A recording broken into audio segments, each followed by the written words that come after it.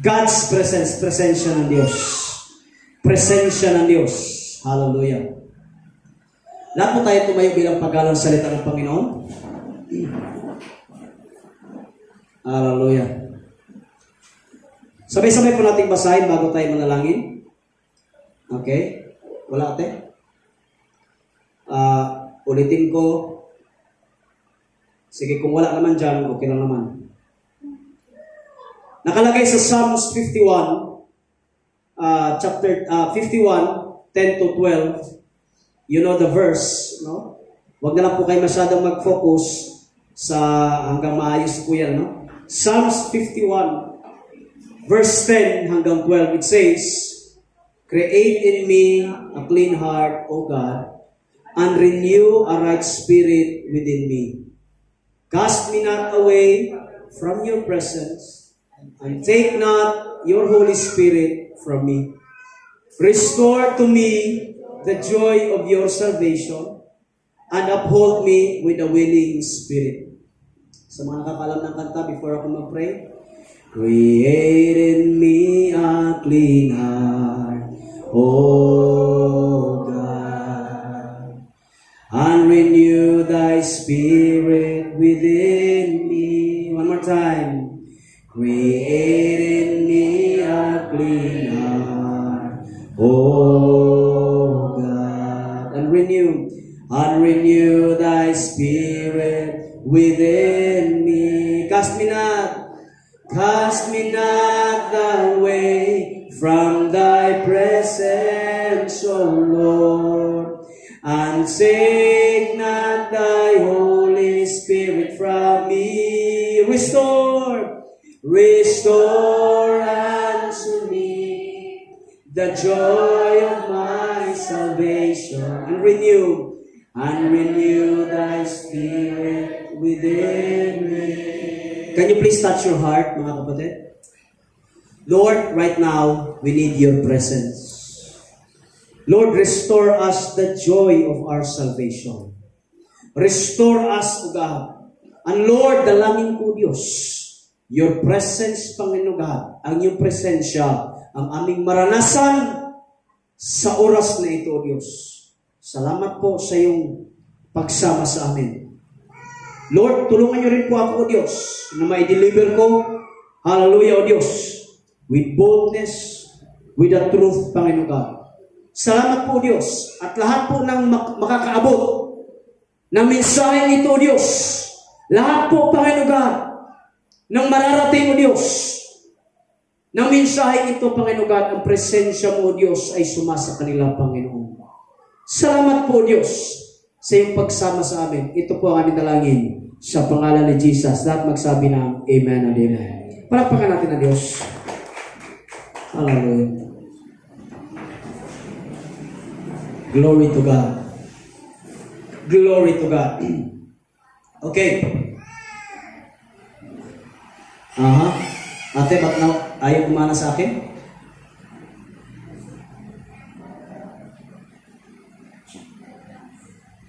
Okay. So, presence of God. Importante ang presensya ng Diyos, mga minamahal kong kapatid. Hallelujah. In Oxford Dictionary, this is the general definition of presence. Of course, we know God. God is God. Pero ano ang presensya ng Diyos? The presence of God, or the presence, this is the general definition. You can find it in Google, okay? You can find it in Google. Google kasi ang tamang pronunciation, hindi Google, okay? Tama yung mga Bisaya, Google. Google talaga yan, no? Akala ko Bisaya lang yan.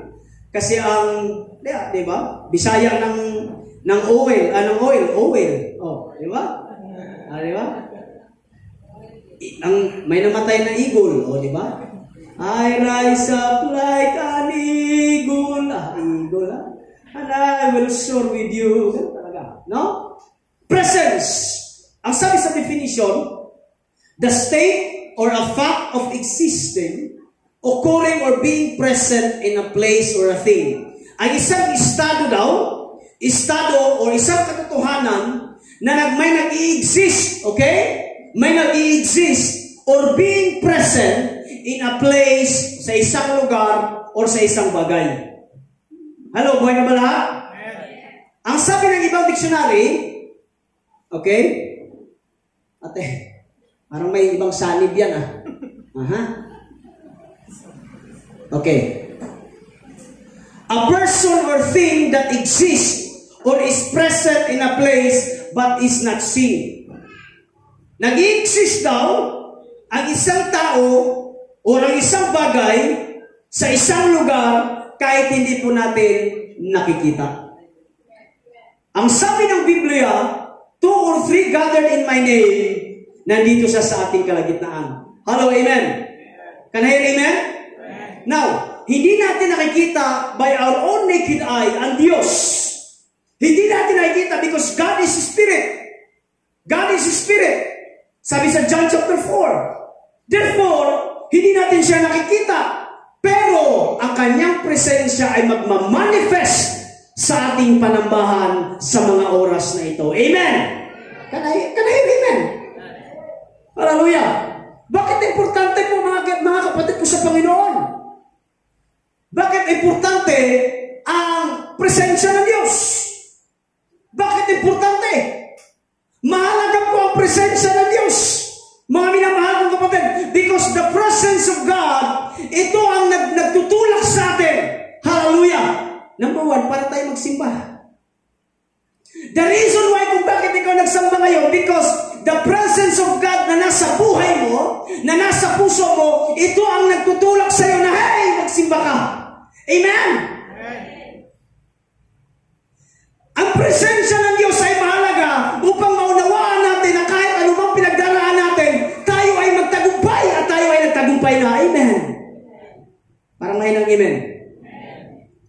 Mahalaga ang presensya ng Diyos. Sobrang halaga ang presensya ng Panginoon. The reason why you worship God, because God's presence is very clear. At kung bakit ka nagsimba ngayon, dahil nagtagumpay ka.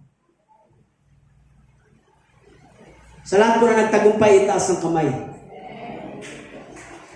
Taas ang kamay, huwag kayong mahiya.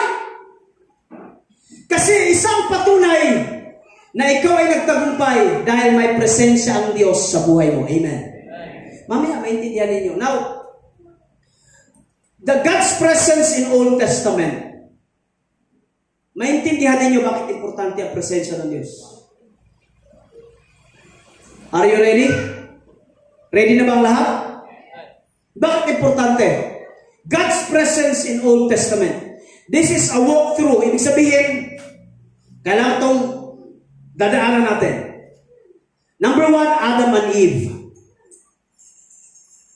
Si Adan at saka si Eva. Si Adan at saka si Eva, bago nagkasala, sila ay nasa presensya ng Diyos.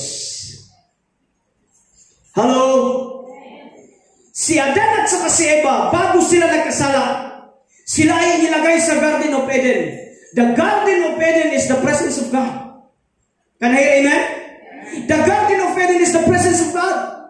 Nung wala pang kasalanan, they can ask God directly. They can talk God directly. Nung wala pang sala sa kalibutan, nung wala pang sala sa mundo, they can ask God, Lord, they can ask everything sa Panginoon directly. Walang hindrances. Amen. Why? Wala pang sala. Wala pang kasalanan. Can I hear amen? Remember this. Nung wala pang sala, malaya silang nakakalapit sa ating Panginoon. Malaya ang presensya ng Diyos na gumagalaw at gumagawa sa buhay ni Adan at saka ni Eva. Amen. But look at the verse, Genesis chapter 3. Nakalagay dito mga minamahal kong kapatid. Genesis chapter 3, 23 to 24. Therefore, may problema yung ating laptop. Laptop na po yan. Sige lang. Genesis chapter 3, 23 to 24. Therefore, the Lord God, okay problema sa PowerPoint. Parang hindi naman kayo taga-bukid Parang hindi naman tayo nagdaan sa dati nakapagsamba naman kayo na walang PowerPoint Palagpakan niyo ang Diyos. Umaasa kayo, kaya dapat nakapokus kayo sa akin. Okay? Kaysa sa PowerPoint. Genesis 3:23-24. Therefore the Lord God sent him out from the Garden of Eden to work the ground from which he was taken. He drove out the man, and at the east of the Garden of Eden, he placed the cherubim and flaming sword that turned every way to guard the way to turn the tree of life. Sige ate. Ako na ate. Para the worst consequences of Adam and Eve are not about toil and labor or pain in birth. The worst consequences was they were separated from the presence of God. Nung nagkasala si Adan at saka si Eva, may consequence. Ano ang consequence ni Adan? Habang buhay siyang magbungkal ng lupa para magtanim at para pagkatapos magtanim, magbubunga. Ibig sabihin, lahat ng kanyang kakainin kailangan galing sa pagbubungkal. Amen. Yan yung consequence. Ang consequence ng babae, mga minamahal kong kapatid, is nahihirapang mga anak. Yun yung consequence. Pero alam nyo, ang tunay na consequence ni Adan at ni Eva, inihiwalay sila, hallelujah, sa presensya ng Diyos. Kanahir, amen. Ang tunay na consequence ng humanity dahil sa dahil sa kasalanan, they were separated from God. Amen. We have shown last week the gap is the bridge is far too wide. Sobrang lawak na kahit Mother Bing, abutin mo ang Diyos, hindi mo kayang abutin. Napakalayo na Diyos. Because of kasalanan. Amen?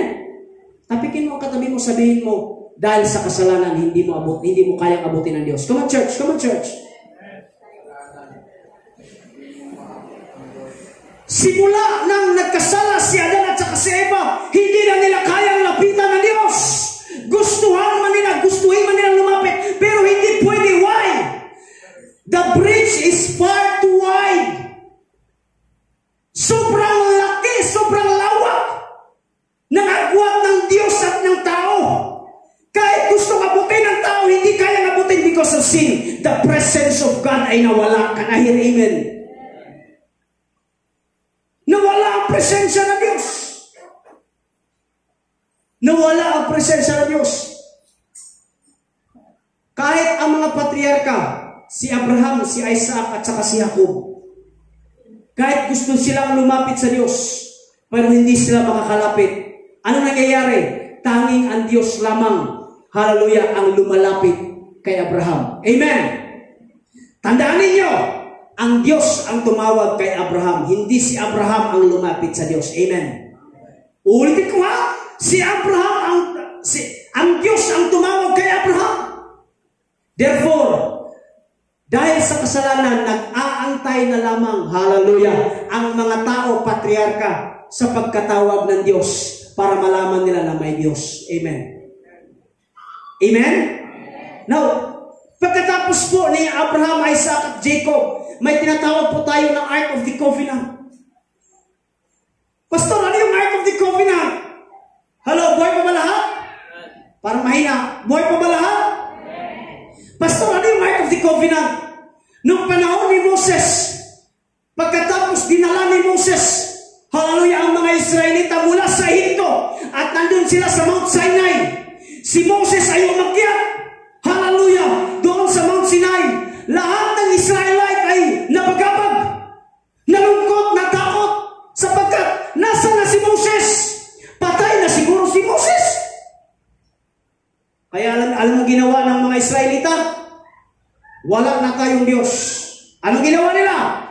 Hoy, Aaron! Yung kapatid mo nandun sa Mount Sinai. Patay na yun! Sino ang magdadala sa atin? Dinala lang ba kami dito para mamatay? Dinala lang ba kami dito para mawala ng buhay? Sino ngayon ang aming sasambahin? Kaya si Aaron nag-compromise. Sige, akin na lahat ng mga ginto ninyo, diamante. Okay, tunawin natin at gumawa tayo ng isang baka. Kaya ngayon, gumawa sila ng baka at sinampa nila. Hallelujah! Ang baka, si Baal. Kaya ang Diyos na nasa taas kausap si Moses, galit na galit. At sabi, Moses, patayin ko na yung mga tao na yun. Anong sabi ni Moses, Panginoon, huwag. Huwag po. Hallelujah. Buhay pa ba lahat, mga kapatid? Buhay pa ba? Kaya nga, nabuo ang Ark of the Covenant. Why? Look at the verse. The Ark, hindi pala versikulo, the Ark was designed to be a symbol of the presence of God in the midst of His people. Kasi ang tao gusto nila na may makita para sambahin. Amen ba? Ulitin ko. Ang tao gusto nila na may makita para may sambahin sila. Kaya ang Diyos nag-design ng Ark of the Covenant. Yung Arka ng Covenant, nakipagtipan, ginawa ng Diyos. Ano nakalagay? The Ark. Sorry ate, no? May problema na. Okay? May problema yung laptop natin. The Ark of the Covenant was designed to be the symbol of the presence of God in the midst of His people. Ano nakalagay sa Ark of the Covenant? Number 1, 10 Commandments. Number 2, the pot of manna. Ano yung manna na yan? Yung inuulan ba na tinapay? At ang pinakalas is the rod, yung tungkod ni Aaron. Pastor, ano ibig sabihin yan? 10 Commandments, ibig sabihin, the moral law of God na kailangan nilang sundin. Amen ba? Buhay pa ba lahat? The pot of manna. Ano yung manna? Ibig sabihin, sa kanilang paglalakbay, ang Diyos ay laging nagpo-provide. Sino pong naniniwala dito na ang Diyos ay nagpo-provide? Itaas nga kamay. Why? Because presence of God. Last but not the least, the rod of Aaron. Yung tungkod ni Aaron. Anong ibig sabihin nun? Leadership. Leadership. Now, ate, yung picture na, may problem po ang ating laptop. Sige. Hallelujah. Yan po ang forma ng Ark of the Covenant. Ayos on the blackboard, yan po ang forma ng Ark of the Covenant. Puro ginto po yan. Now, kahit pag-aralan ninyo mga minamahal kong kapatid, ang Ark of the Covenant ay hindi nyo po yan makikita. May nagsasabi na nasa Israel, pero marami nagsasabi, and the Israel denied, wala daw sa kanilang Ark of the Covenant. Ako po'y naniniwala na ang Ark of the Covenant ay kinuha ng Diyos. Sapagkat ang Ark of the Covenant ay pagmamayari ng Diyos. Amen. Kung paano kinuha ng Diyos ang Garden of Eden para hindi mapasok ng tao, ganun din, hallelujah, kinuha din ng Diyos ang Ark of the Covenant para po hindi po makuha ng ibang tao. Ganito po hawakan. Ayan. Ganyan po. At ang tanging pwedeng humawak lang dyan ay mga saserdote, mga pastor. Hindi mo pwedeng hawakan ang Ark of the Covenant kung hindi ka high priest, kung hindi ka Levites. Tanging ang pwede lamang humawak ng Ark of the Covenant, mga minamahal kong kapatid, ay ang mga pastor. Now, Exodus 25, 8-22. And let them make me a sanctuary that I may dwell in their midst. Sabi ng Diyos kay Moses, gumawa ka ng sanctuary, ibig sabihin, ng Ark of the Covenant, para ako ay nasa inyong kalagitnaan. Amen? Can I hear amen? 22. There, doon sa Ark of the Covenant, I will meet with you, and from above the mercy seat, from between the two cherubim, kasi may dalawang anghel na nakaganon. Ginto yun, ha? The Ark of the Testimony, I will speak with you about all that I will give you in commandment for the people of Israel. Naintindihan ang Ark of the Covenant? Naintindihan? Ibig sabihin, ginawa ang Ark of the Covenant para ang Diyos ay mag-manifest at ang presensya ng Diyos ay nasa kanilang kalagitnaan. Amen. Next, the tabernacle. Okay. Pastor, ano yung tabernacle? Alam niyo, dito ko nalaman. Tabernakulo ba? The tabernacle is the portable tent. The portable tent or temple where the Ark of the Covenant reside. Ang tabernacle, portable ito. Pastor, ano yung portable? Nalalatag, nalilipit. Nalalatag, nalilipit. Ito po ay portable na templo. At doon po sa tabernacle, mga minamahal kong kapatid, doon po nakapaloob ang Ark of the Covenant. Ulitin ko, iba ang Ark of the Covenant, iba ang tabernacle. Can I hear amen? Sa tabernacle, okay, here we go. Sa tabernacle, napaka-mitikuloso. Bakit, Pastor? Sa 40 years na paglalakbay ng mga Israelita, iba-ibang lugar. Therefore, sa iba-ibang lugar, iba-iba din po ang pagtatayo, pagliligpit, paglalatag, pagliligpit. Na-imagine niyo ba ang trabaho ng mga pastor? Kung saan lugar, latag. Kung aalis, ligpit. Latag, ligpit. Hindi ito katulad ng ukay-ukay. Hindi ito katulad ng sapatusan na pag naglatag ka, no? Pagkatapos, Gaspar, pagkatapos ng uwian, ilagay sa sako. Hindi. Ate, may picture tayo, ate. Okay. Yan. Ayan o. Yan yung tabernacle. O, diba? Ang ganda. Ang tabernacle, mga kapatid, is like a tent. Yan. Biruin mo yan. Kada alis ng Israelita, ligpit. Nakita nyo yan? Itong picture na yan, mga kapatid, ayan yung nasa gitna. Ito. This is the holy place and the holy of holiest. May pagitan pa po yan sa gitna.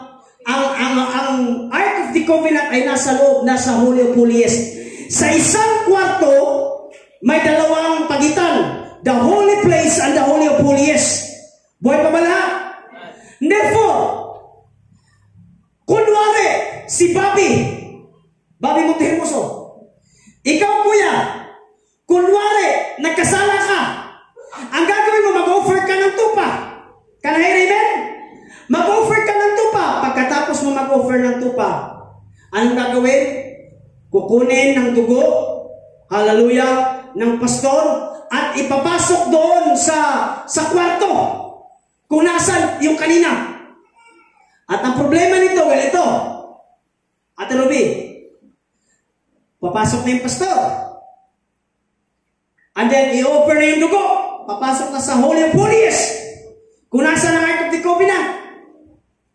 Pag may uso, ibig sabihin, pinatawad ka na sa kasalanan. Pero kapag walang uso, better luck next time. Parang mahinang amen. Klaro? Klaro ba mga Exxon? The tabernacle. Pastor, bakit importante ang tabernacle? That is the place of worship. That is the place of worship. Okay, sorry ate. Next, the temple. Ulitin ko ha. Nagkakaroon ito ng adjustment. Mula sa Ark of the Covenant, naging tabernacle, ang last, the temple. Ano nangyari sa temple? Temple, it has been desired by King David. Dinesire ito ni Haring David na magkaroon siya ng templo. Bakit? Ang sabi ni David, nandito ako sa magandang palasyo. Pero ang tahanan ng aking Diyos ay tent pa rin. Tent pa rin. Ako ang ganda-ganda ng palasyo ko, pero ang Diyos, tent pa rin. Kaya dinesire ni Haring David na Lord, gusto ko magkaroon ng templo. It has been desired by King David, but God allowed His Son to accomplish and build the temple of the living God. Mga kapatid, dinesire itayo ni Haring David ang templo. Pero si Haring Solomon, ang kanyang anak, ang nagtayo nito. Amen. Can I hear amen? Now, dire-diretso tayo. 1 King 8:17 to 19. Now it was in the heart of David. Nasa puso ni Haring David. Ulitin ko, 1 King chapter 8:17 to 19. Now it was in the heart of David, my father, to build a house for the name of the Lord, the God of Israel. 19. Nevertheless, you shall not build a house, but your son who shall be born to you shall build a house for my name. Next verse, 1 King chapter 9, 1 to 3. So Solomon finished building. Pagkatapos matayo ni Solomon ang building, the temple of the Lord, as well as the royal palace, he completed everything he had planned to do. Verse 2. Then the Lord appeared to Solomon a second time as he had done before Gibeon. The Lord said to him, I have heard your prayer and your petition. I have set this temple apart to be holy, this place. You have built where my name will be honored forever. I will always watch over it, for it is dear to my heart. Now, bago tayo papasok sa New Testament, bakit importante ang Ark of the Covenant? Bakit importante ang tabernacle? At bakit importante ang temple? Focus sa akin. Because where the Ark of the Covenant is, there is victory.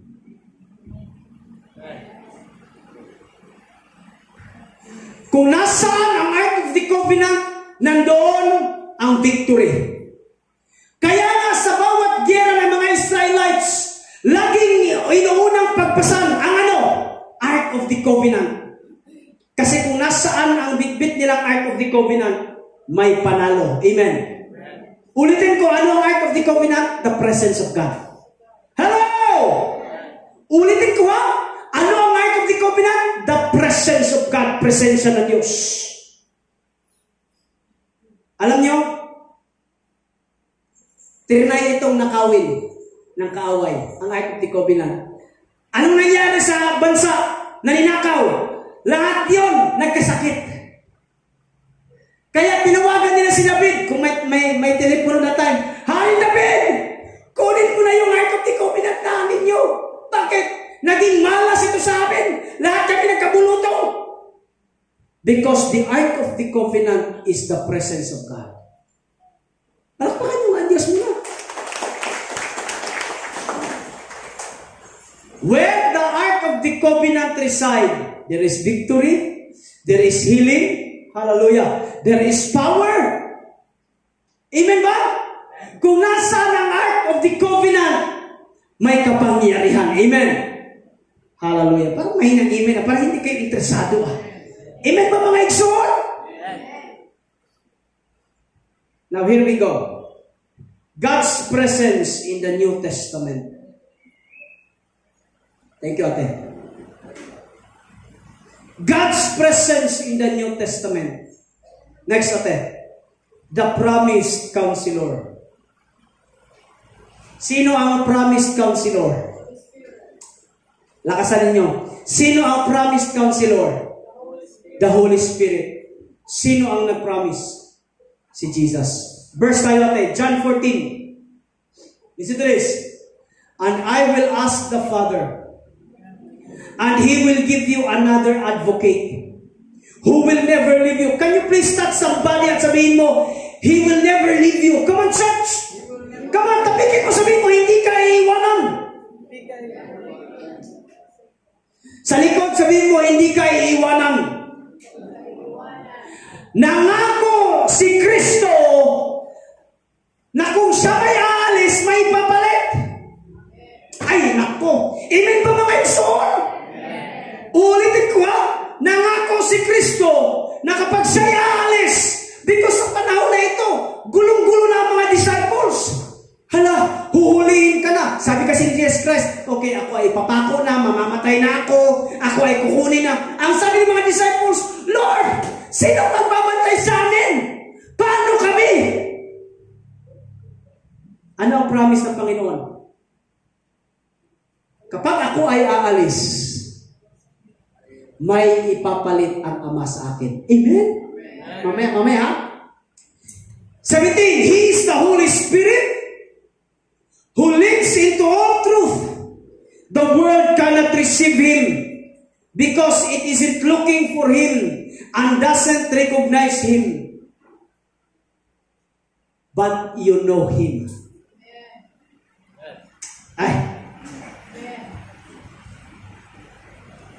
Look at the word of Jesus Christ.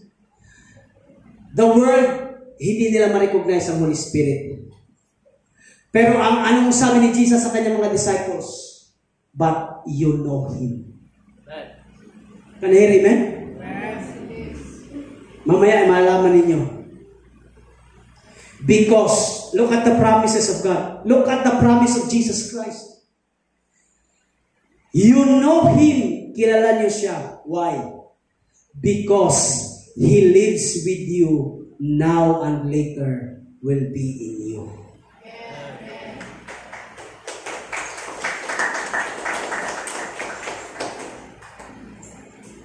The outpouring of the Holy Spirit.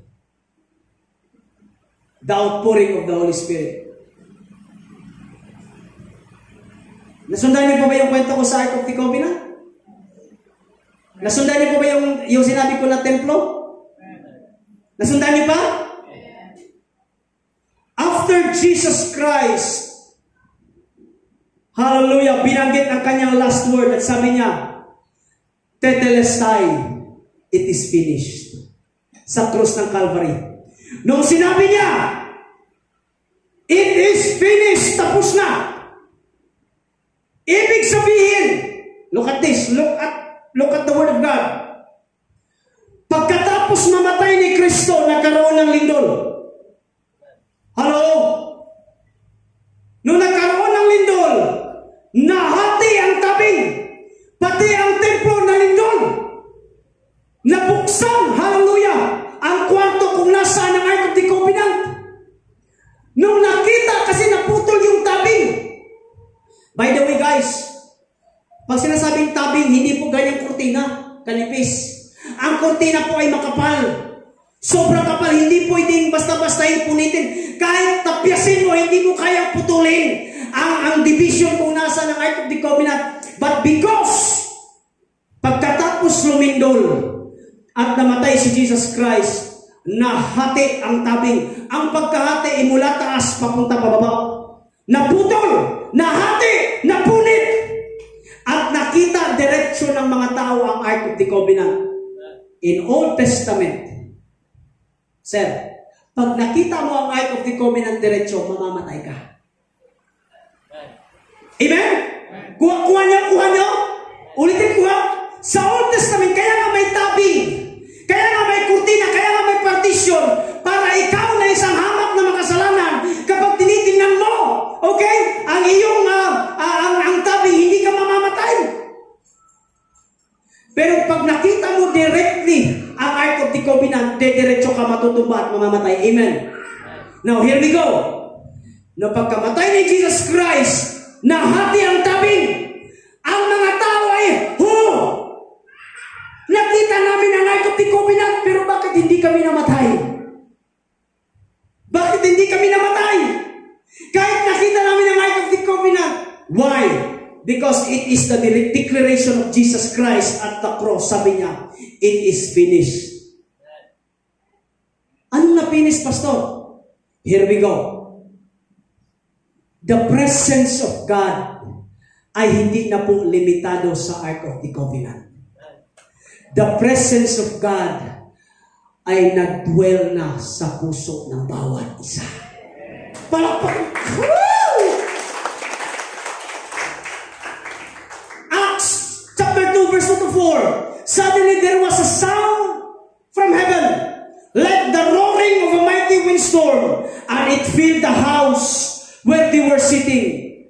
Then what looked like flames or tongues of fire appeared and settled each of them. habang nag-aantay sila, hallelujah, sa banal na Espiritu.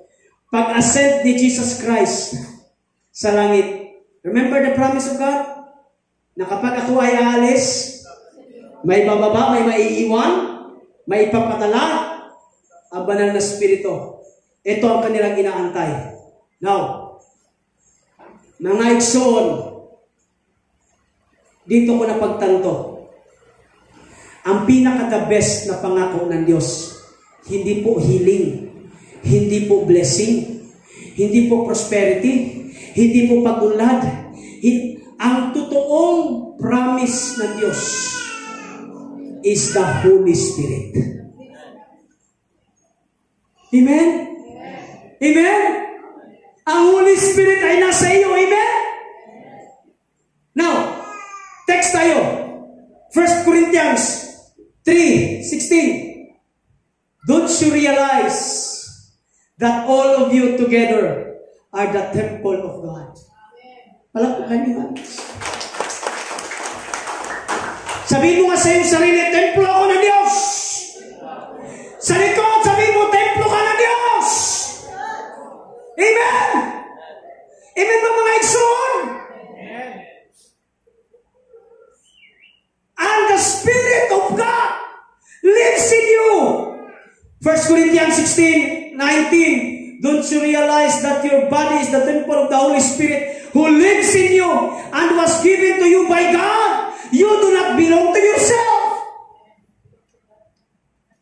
Ang presensya ng Diyos na nawala noon sa panahon ni Adan at Eva, na kahit anong pilit mong gustuhin na maabot ang presensya ng Diyos, hindi mo kayang abutin. Hallelujah! Sapagkat ikaw ay makasalanan, but because of the blood of Jesus Christ, ikaw ay pinawalang sala. Hindi ka lang pinawalang sala, ang Diyos ay nakatira sa puso mo.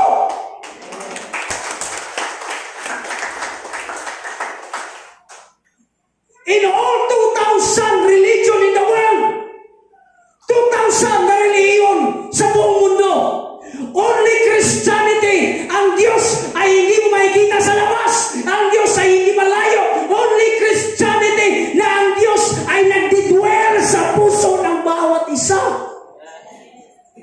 Palakpakan niyo ang Diyos.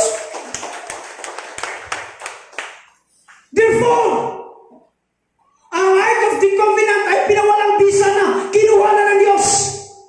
Ano na ang Ark of the Covenant? Nasa puso mo, nasa buhay mo. Ang presensya ng Diyos ay nasa iyo. Amen? Dahil kung nasa iyo ang presensya ng Diyos, walang kaaway na pwedeng manakit sa iyo. Oh my goodness. Hallelujah. Bakit lagi mong isipin na ikaw pildido sa kinabuhi? Nga nang imang imong nga ikaw talunan sa kinabuhi. No! You are victorious. Why? Because Jesus Christ is in you. Palakpakan na natin ang Panginoon. Masakit, hallelujah, sa puso ng bawat isa. Na lagi kong marinig, Pastor, wala kaming makain. Pastor, may sakit kami. Pastor, maraming umatake sa akin. You need to understand na ang Diyos na nasa puso ninyo ay mas malaki kaysa sa mga Diyos-Diyosan na nakapaligid sa atin. Parang may nang amen. Amen? Huwag kang matakot. Why? The Holy Spirit na nasa puso ninyo, He is God.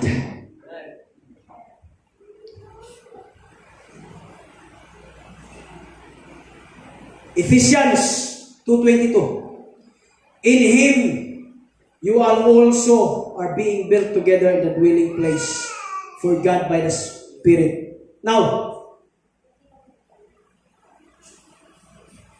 itaas ang kamay na may presensya ang Diyos sa kanilang buhay. Thank you. Alam niyo ang kantang, dumaan man ako sa ilog, di ako malulunod. Dumaan man ako sa apoy, di ako, ano sunod? Bakit? Totoo yan. Even though you are walk through the valley of death, I will fear no evil, because my God is with me.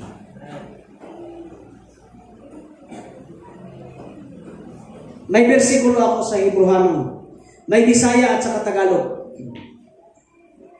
Sabi sa Bisaya,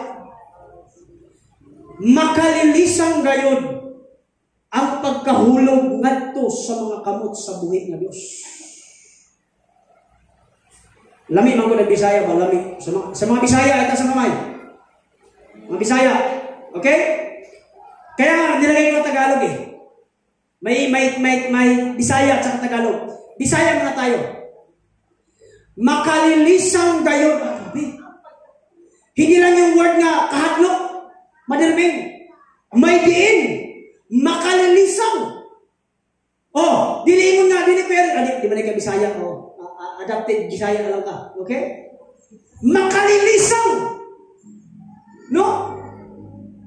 Hindi lang yung word na mahadlok, kundi makalilisang. Sa Tagalog, kakilakilabot. Hindi lang yung nakakatakot, kundi kahindik-hindik. Kakilakilabot ang mahulog sa kamay ng Diyos na buhay. Amen? Now, here we go. Bakit, Pastor? Ang Holy Spirit ay nag-reside na sa atin.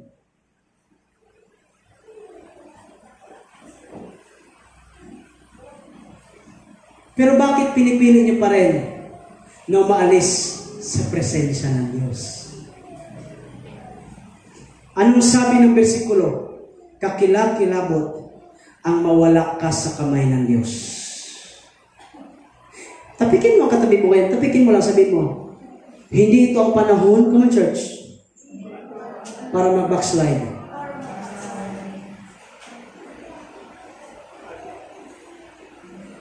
Can you hear amen? Now, balikan natin. Psalms 51. Yung pinakauna kong verse. Ito yung kanta na sinulat ni Haring David nung siya ay nagkasala kay Bathsheba. Di ba nagkasala siya kay Bathsheba? Pinatay niya yung asawa ni Bathsheba at inasawa si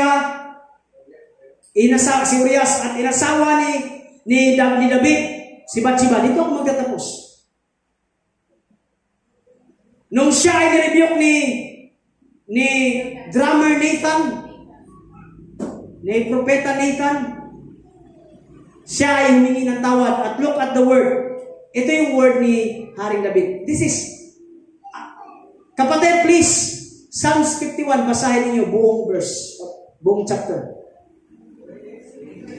Ang nakalagay dyan, sabi niya, create in me a clean heart, O God, and renew a right spirit within me.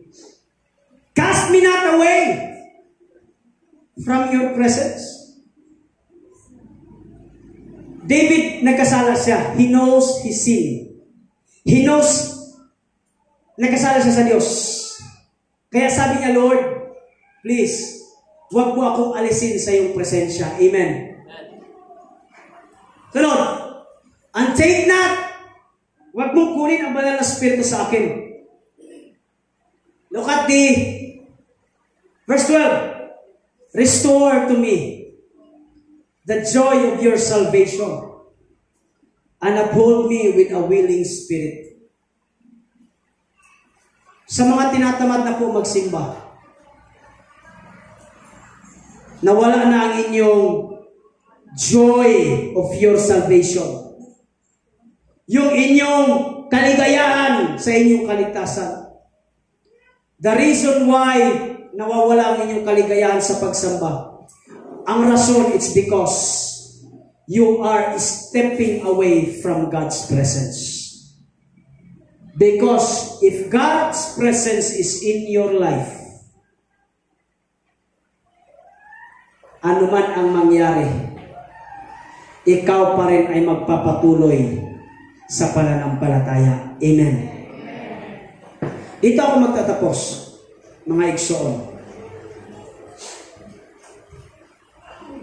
Haring David, nung siya ay nagkasala, Anong sabi niya?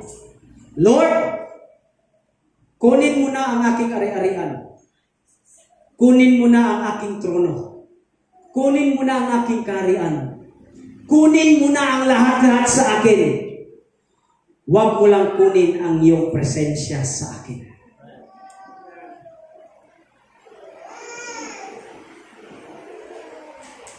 Why? Because the presence of God na nasa inyo, buhay na kumikilos. Amen. Tingnan mo ang katabi mo ngayon. Buhay ang presensya ng Diyos yan. Amen. Huwag kang susuko dahil sa binabato sa iyo, na? Huwag. Chismis lang yan. Lahat ng pangungutya sa iyo, huwag kang susuko. Pag wala kang maulam, huwag kang susuko. Pwede namang i-fasting. Hello, amen? Pwede naman mag-fasting. Oh, kung walang kita, huwag kang susuko. Pag mahina ang benta, huwag kang susuko. Salamat. Pag may problema mag-asawa, huwag kang susuko. Why? Because the Holy Spirit na nasa iyo is makapangyarihan. Palakpakan niyo mga Diyos.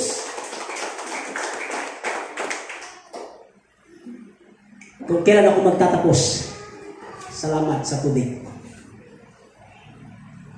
Ang kailangan natin, ang presensya ng Diyos. Dito ako magtatapos. Ang presence ng Panginoon ay laging nasa atin. Ang problema is awareness. Hindi kasi tayo aware. Bakit hindi tayo aware? Because ang focus mo ay hindi sa Kanya. Ang focus mo ay nasa mundo. Amen?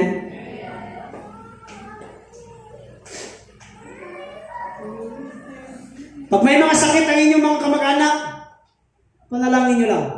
Because the presence of God is powerful than sickness. Amen? Amen? Pag wala kayong pera, panalangin nyo lang. Because God's presence is powerful than your poverty. Because after all,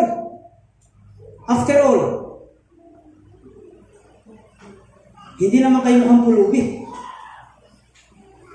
Mukha nga kayong yayamanin.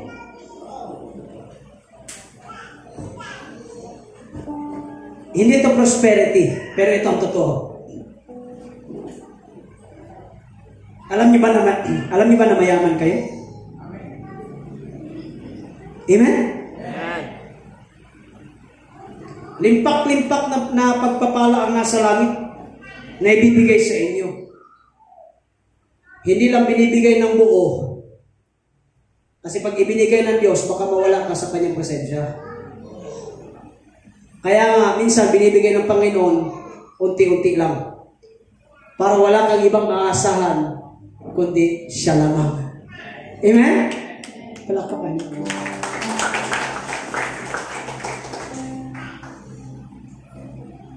Give me C, kuya. C.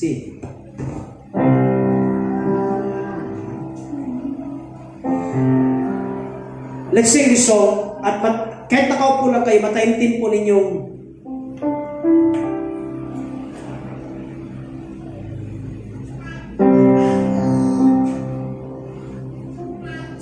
may isang bilyonaryo. Sabi niya, kung tanggalin lahat ng bilyon mo, ipagpapalit ng Holy Spirit, ipagpapalit mo ba? Sabi niya, you can take away everything from me. Wag lang ang presensya ng Diyos. Ask yourself today, lahat, bata, teens, young pro, if you are still in the presence of God,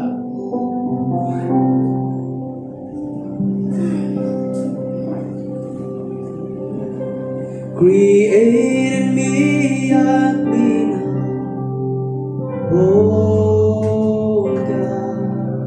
renew. And renew thy spirit within me. Create in me. Create in me a clean heart, oh God. And renew thy spirit within me. Cast me not away from thy presence, oh, and take not thy Holy Spirit from me. Restore unto me, restore unto me the joy of my salvation. I renew thy spirit within me. Lahat tayo tumayo, mga kapatid. Create in me. Create in me. Come on, church. Lahat tayo tumayo. Clean heart, oh God.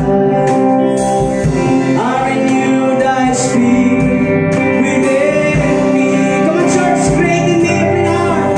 Create me a clean heart, oh God. I renew thy spirit within me. Cast me not away from thy presence, oh Lord, and take not thy Holy Spirit from me. Restore unto me the joy salvation.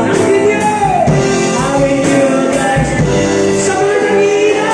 Come on, church, create in me, come on, church. Create in me a clean heart, oh God. I renew thy spirit within. For the Son, create in me a clean heart. Create in me a clean heart, oh God. I renew thy spirit within. Come on, church. Cast me not away from thy presence, oh Lord,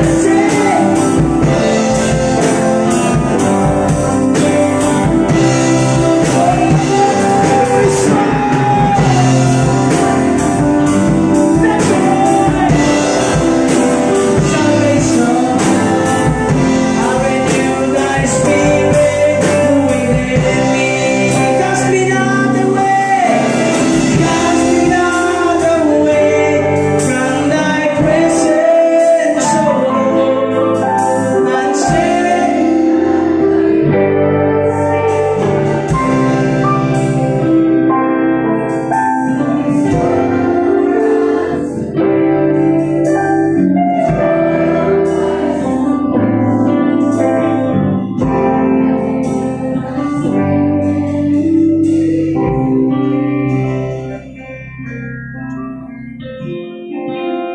sa lahat po na may desire sa presensya ng Diyos. Can you please lift your hands? Kung kayo ay nagdi-desire na presensya ng Diyos ay sa inyo, come on, church, lift your hands. This is the time of renewing, because the Holy Spirit, hallelujah, is moving. Oh, the Holy Spirit is moving, amen. The Holy Spirit is moving. The Holy Spirit is working in your lives, working in your relationship, working in your work. Hallelujah. Cast me not away from thy presence, oh Lord, and take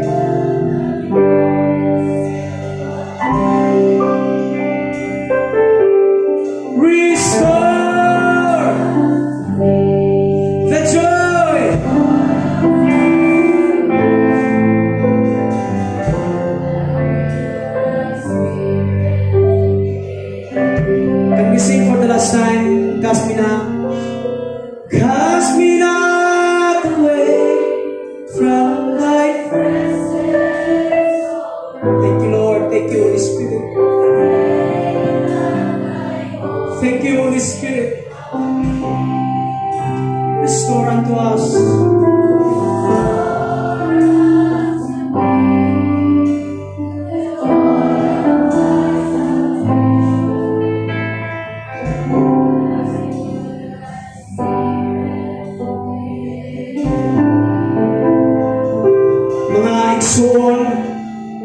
Sa panahon na kayo ay nabibigatan, huwag niyong kalimutan na ang Diyos ay nasa inyo. Mga igsoon, sa panahon na kayo ay nahihirapan, huwag niyong maliitin ang Diyos na nasa atin. Sa panahon na kayo ay walang malapitan, sa panahon na kayo ay walang-wala, mga kapatid ko sa Panginoon, nais kong sabihin sa inyo na ang banal na Espiritu, ang kanyang presensya ay gumagalaw sa inyo. Hallelujah! Saan man kayo magpunta. Mga igsoon, ang Diyos natin na buhay ay nasa ating mga puso. Ang kailangan mo lang ay pagganahin awareness. Huwag mo siya laging pangunahan. The Holy Spirit is speaking to you right now. Do not be afraid. Do not worry about tomorrow. Do not worry about everything. Because mawala ang lahat, you have still the Holy Spirit. Father, we thank you. We thank you, Father, for the gift of the Holy Spirit. Lord, sometimes we feel obsolete. We feel belittled by anyone. Lord, we feel we are nothing. And Lord, we feel defeated. We feel, oh Diyos, na parang napakalayo namin. But Lord, thank you for the understanding. Thank you for the truth. Na ikaw pala, oh Diyos, ay nandito sa amin. Gumagalaw. Nag-work out, Panginoon God. And the very reason kung bakit kami nag-i-exist sa mga oras na ito, despite sa problema namin noong nakaraang linggo, it's because we have the Holy Spirit. Lord, thank you. Thank you for your presence. Thank you for your presence. Salamat, Panginoon God. Let your fire be upon us. Lord, the outpouring of the Holy Spirit, O God, ay nasa amin. Thank you for the revival, O God. Salamat po, Diyos. Thank you, Holy Spirit, for always reminding us that you will never leave us nor forsake us. Thank you, Holy Spirit. Salamat, Panginoon God. Salamat sa restoration ng joy ng aming kaligtasan. Salamat po, Diyos. To you alone, everything we give, God. In the mighty name of Jesus. Lahat ng mga nagtagumpay, sumigaw ng Amen! Hallelujah! Yung pinakamalakas na palakpak sa Diyos!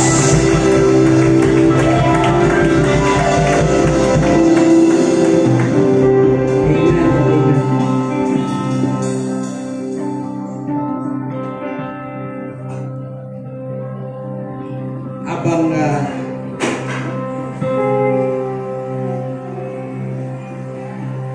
pinapakinggan po natin ang mensahe. Ito po ngayon ang